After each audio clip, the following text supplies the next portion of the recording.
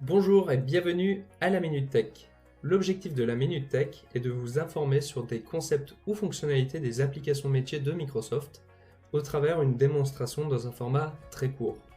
Le sujet que nous allons traiter aujourd'hui est la capacité de stockage dans Dynamics 365.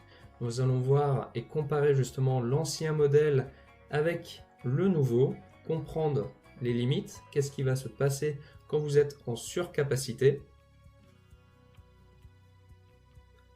Je m'appelle Olivier Massalers, je suis Customer Success Manager chez Microsoft France et je vous souhaite une excellente formation.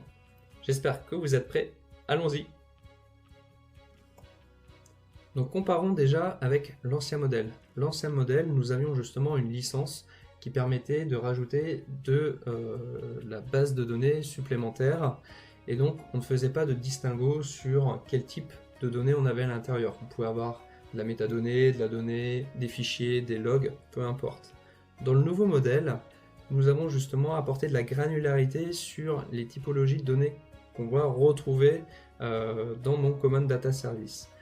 Donc la première catégorie, ce sera la Database Capacity, qui va être justement liée à tout ce qui va être entité et données. On aura la File Capacity qui va être orientée plutôt sur les pièces jointes, les fichiers, les photos et les vidéos. Et enfin, on a la partie Log Capacity pour tout ce qui va être enregistrement de données, l'analyse, le reporting.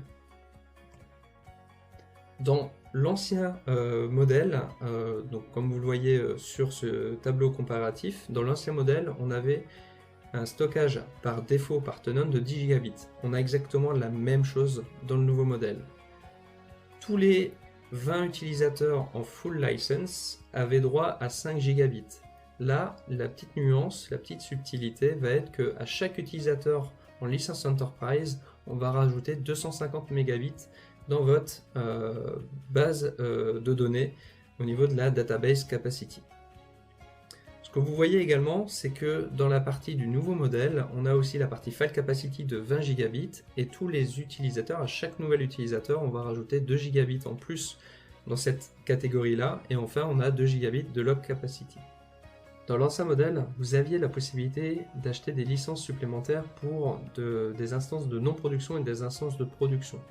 Aujourd'hui, ce n'est plus le cas, puisque maintenant, il vous faut 1 gigabit de database capacity supplémentaire, de libre, d'espace libre, pour pouvoir créer une instance ou un environnement supplémentaire. Donc derrière, si vous voulez créer 2 instances, 2 gigabits, ça fonctionne très bien. Une subtilité à bien comprendre également, c'est quand vous êtes en surconsommation. Il y a une petite règle qui va faire que si vous êtes en surconsommation de fichiers, eh bien celle-ci peut être couverte par la catégorie log ou database. De même, si la catégorie log est en surconsommation par rapport à ce qu'elle devrait être, elle peut être couverte justement par la partie database. Par contre, la partie database ne peut pas être couverte ni par la log, ni par la partie file. Donc ce que je vous propose maintenant, c'est de voir 4 scénarios pour bien comprendre et mettre en application ces règles. Dans le premier cas d'usage, on a justement une database qui est de 100 gigabits, mais je suis en surconsommation de 10 gigabits. Par contre, j'ai 200 gigabits qui sont disponibles dans la partie fichier. Alors, est-ce que d'après vous, ça fonctionne? Je vous laisse une petite minute pour réfléchir à ça. Vous faites pause, vous réfléchissez et on regarde ensemble la réponse. Alors, comme vous le voyez, on ne peut pas. Elle ne peut pas être couverte, on ne peut pas le faire. Donc derrière, il va falloir acheter une SKU de database supplémentaire pour couvrir les 10 gigabits. Deuxième exemple. Cette fois-ci, on est en log storage qui est en surconsommation de 10 gigabits et j'ai quand même 5 gigabits de disponibles dans ma database. Alors, d'après vous, quelle est la bonne réponse? Alors, si ceux qui ont répondu qu'on devait acheter 10 gigabits de log, ce n'est pas forcément la bonne réponse, puisqu'au final, 5 gigabits sera couvert par la database et ensuite, il restera un delta de 5 gigabits à mettre à disposition, enfin en tout cas à mettre en termes de SKU pour couvrir ce manque. Exemple numéro 3. Là, on va être en File Storage Overcapacity, donc ça veut dire que notre storage au niveau des fichiers dépasse de 90 gigabits au niveau du stockage, que j'ai 80 gigabits de disponible dans ma database et j'ai 5 gigabits de disponible aussi dans la partie log. Et donc, la réponse, d'après vous, qu'est-ce qu'il va falloir faire?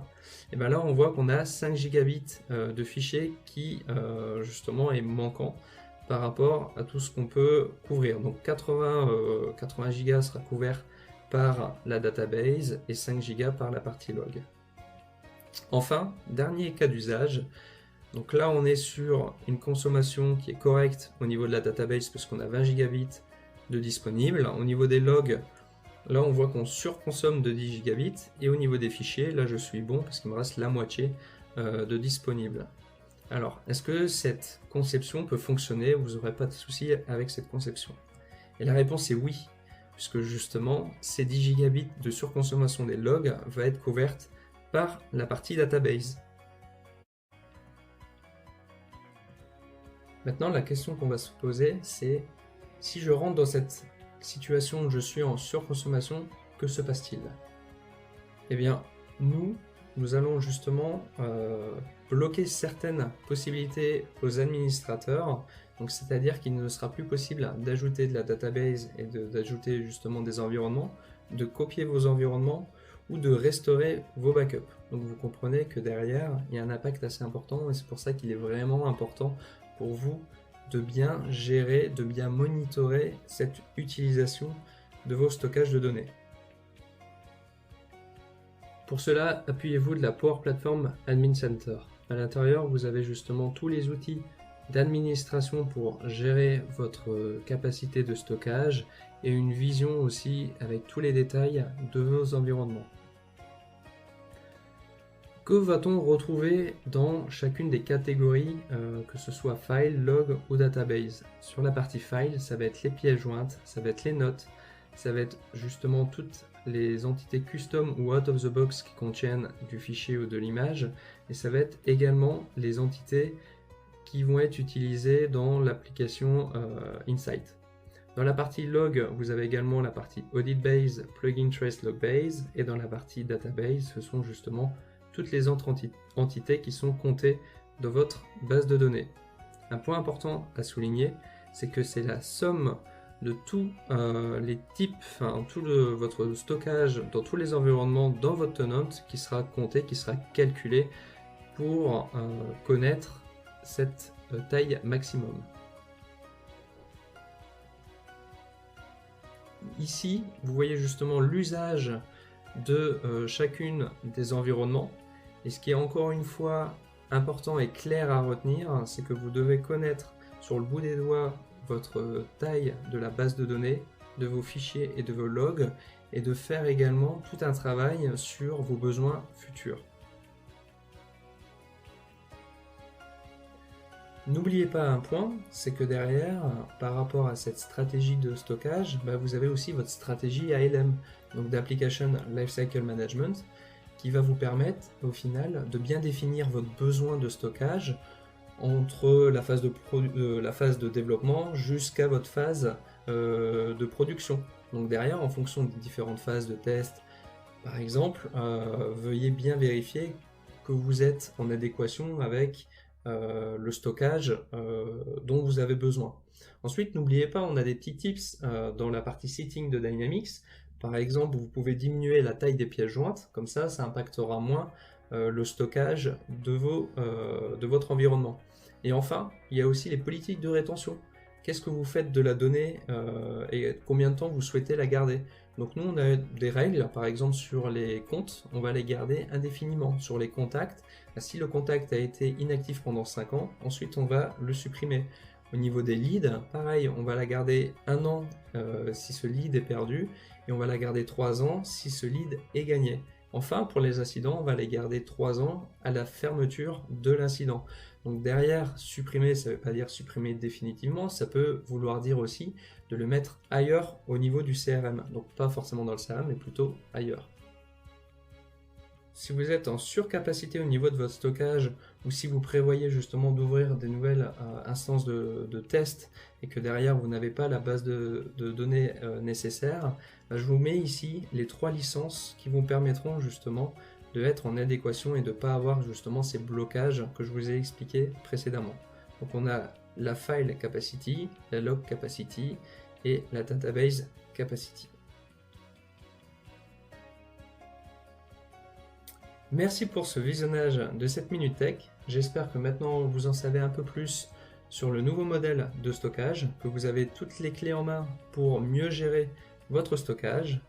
Je vous dis à très bientôt et à la prochaine dans la Minute Tech.